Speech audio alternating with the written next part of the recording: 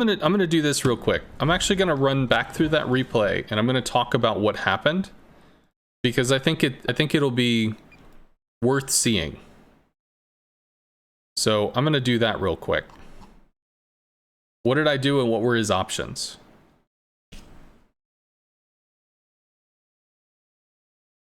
I don't think it's fair to call him terrible. That's the issue. That's what I'm trying to explain. Because it comes down to what were his options.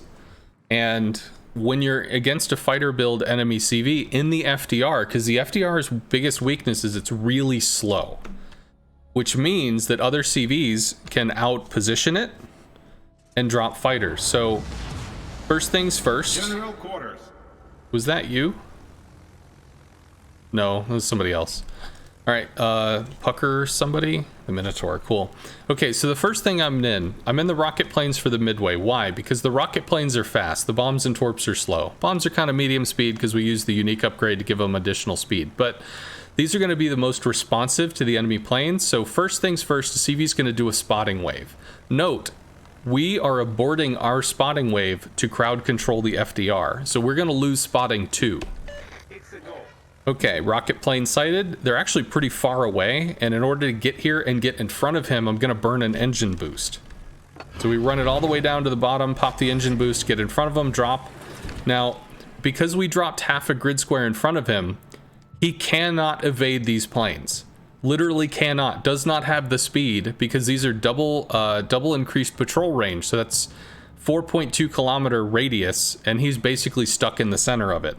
So he has two options. He has 14 planes. He can lose 7 of them, in which case he can still sail around with the 7 that he has remaining to be able to spot. But the FDR takes about 2 minutes to regen a plane, so that's about 14 minutes worth of time to regen just to be able to see a Plymouth and a Burgoyne that nobody's going to take shots at, and he's not going to do any significant damage to. The FDR cannot cap reset against a DD because it can't spot it unless it uses bombs.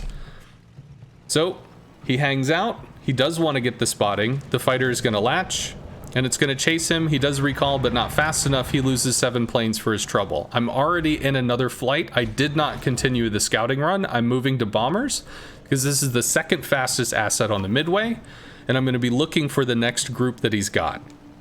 I see him coming. He's coming for lease time. He wants to see what's on the other end of this cap. I'm looking to block him. He turns back. Because he turns out, I turn out. He can outmaneuver me. He's just slower than me. So we're still going to kind of hang out in the center here. Turns out he pulls out. Okay, it's not going to latch. I'm going to have to drop some new fighters here. Or new plane type. Because I've burned that fighter consumable. That's used for over a minute. I have to go onto another plane source. And looking at this map, which unfortunately is blocked by fucking glare. Can we make this less transparency? There we go. So we can actually see this better. We'll just do that. So he can't come through the mid, which means he can come down the center. He'd fly over the small end. Small end's going to chew into him. He obviously doesn't know the small end is there yet. But there are 2 cruisers, which maybe he hasn't seen, or maybe they've taken some shots. I don't know. Most likely he sees the Ohio. He's going to want to come in and broadside the Ohio because he can hit the Ohio for 20-something thousand damage. This is going to constrain him. He's not going to be able to come in from a lease time. He's going to have to come in and swing over to do this. I already know that. I'm moving to plug the gap. Coming over, I drop the fighter. Now this has enhanced reactions, which means it takes longer wind-up time for the fighter to land. So he can get in here, he can pen this. It's going to take about 5 more seconds before this comes on station, and then it will automatically latch. Once the prep time is done, it just auto latches when you come into the patrol radius and start to rip into planes. Again, he has 14. So he could come in here, torp the Ohio, just eat the plane damage and move on with life, or he can recall. Those are his options. He can do something or he can do nothing. Doing something requires he loses 7 planes to do it. So in this case, they latched. He tried to pull out. He recalled, and he did recall fast enough that he didn't lose planes, but the answer is he got to do nothing because he chose to save 14 minutes worth of regen in planes. So we're out in torpedoes. Why? Because this is our rockets, this is our bombs, this is going to be the next fighter that we've got, and he's coming out in rocket planes. Rocket planes are not a significant threat. Decent for scouting, whatever. We aborted the scouting position. Mostly I did that so we could get B without being lit and potentially harassed.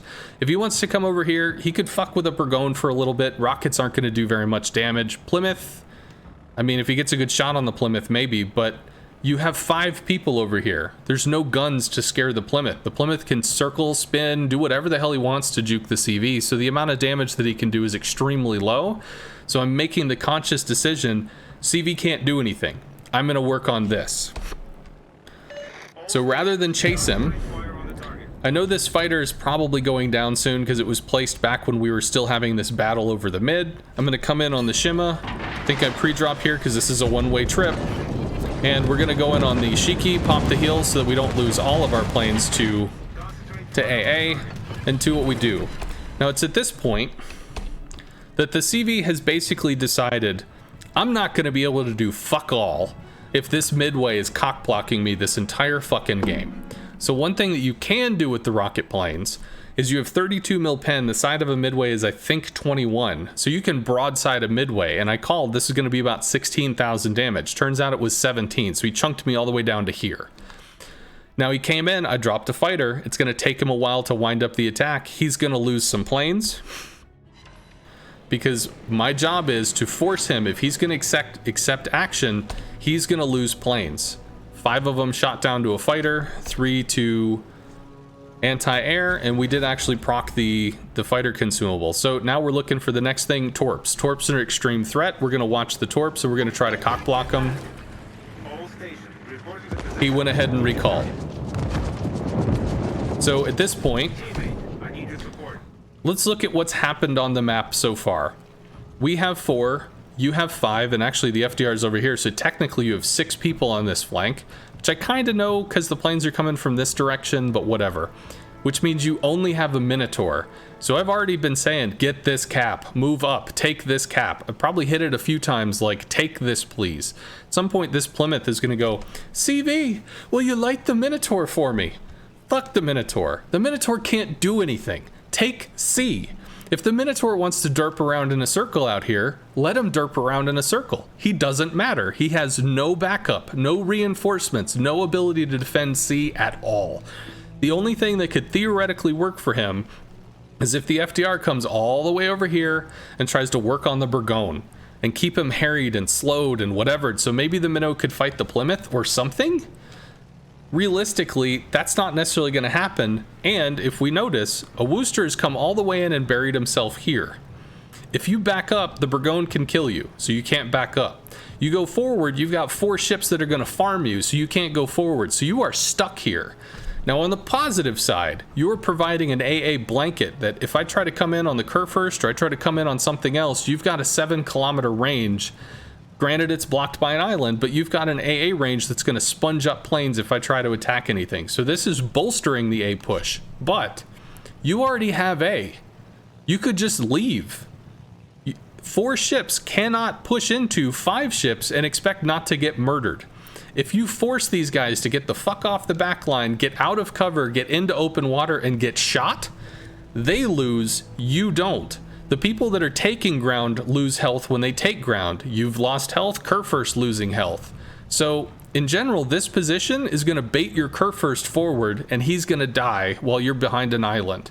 And then, theoretically, what's the Shiki going to do? Is he going to come back solo against this? He could, but he's not. He's going to come in and try and get you out as well, and by the time both of you are dead, he's going to be stuck in here. But, CV's got more planes coming out. We take the time to hit the Worcester. I see that there are torp planes, so I know I can't linger. I'm immediately out on the rockets to try to somehow find this and counter it.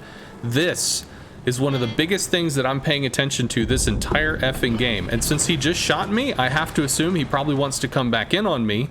So I'm dropping this behind the island where your AA can't stop it. Sure enough, it latches. He recalls. We're going to continue working on the Worcester.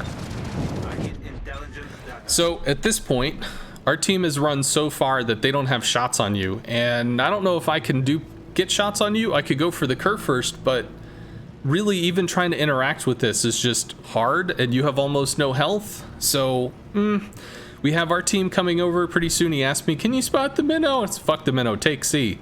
Smolland maybe he's coming over to support. Don't know where that dude went. But if we look, your GK is roasted, you're roasted, your Shima's moving up, your Nevsky's moving up. They're just bleeding ground and taking health for it. Kurfürst goes down, we see some torps. I drop this to prevent a line on the Ohio. If he comes for me, I can recall to the carrier and protect myself, which is what I'm gonna do.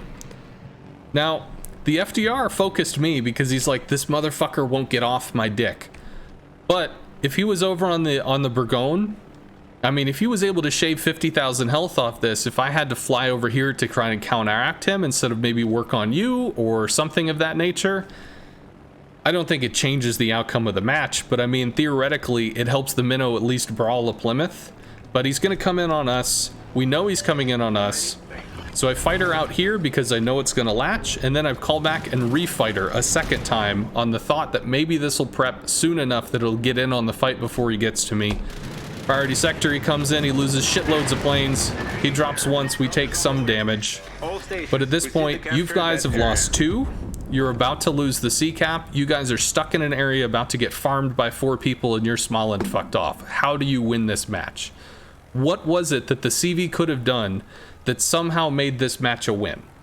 The answer is nothing. So rather than getting mad at your CV player, you know, this push, this charge into A, where you bled 1 ship, 2 ship, half of another one, the Shima's gonna die, and then Nevsky's gonna be stuck alone until he runs and gets run down. This killed your entire game. This was the murder pit that mauled your chances at winning this game. You should have had a battleship come over with the Minotaur. It could have been 2 against 2. You were denied spotting by me, so you didn't have that information to go into. But in general, a lemming train, if you're gonna lemming train, you lemming train to C, because once you take C, you just non-fucking stop, run over to B, and then you hold this line against A. Realistically, if you guys took A and we just faded back, well then we hold the line against you, and you're contained with 1 cap and we have 2, so you have to push into our guns or else you lose to points. I mean, I'll be honest, there's not much else to show about this. You know, I got chunked down to 26, the Shiki's about to die, and then, I mean, the point swing's gonna go crazy because this dies, then this dies, and it just all collapses. But this is why I say it wasn't about your CV. There's no part of it that was your CV wins or loses. It came down to, you know, what was happening on the surface, and the surface ended up failing.